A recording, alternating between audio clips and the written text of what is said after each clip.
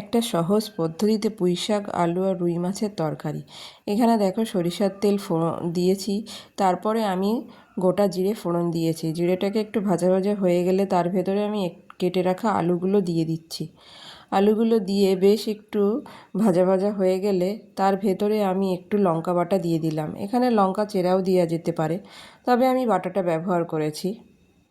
তারপরে হয়ে গেলে আমি কেটে ধুয়ে পরিষ্কার করে রাখা পুঁইশাকগুলো ডাঁটাসহ দিয়ে দিচ্ছি। একটু ভালো করে নাড়াচাড়া করে নেব।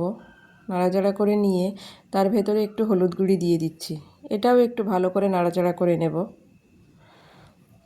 নাড়াচাড়া করে নিয়ে বেশ খানিকক্ষণ পরে আমি পরিমাণ মতো জল দিয়ে দেব। যে যেমন জল খাবে সে তেমন জল দেবে। আমি এখানে একটু হালকা পাতলা ঝোল রাখবো, তাই আমি বেশি জল ব্যবহার করছি না। এই যে তরকারির জালটা উঠে এলে তারপরে আমি এর ভেতরে মাছটা দিয়ে দেবো, ভেজে রাখা রুই মাছটা দিয়ে দেবো। দিয়ে আমি আরেকটু জাল দিয়ে নেব, যাতে তরকারির সঙ্গে রুই মাছটা ভালো করে জাল হয়ে যায়। এই দেখো আমার প্রায় জাল হয়ে গেছে। আমি এবার নামানোর আগে উপর থেকে একটু জিরে গুঁড়ো ছড়িয়ে দেব।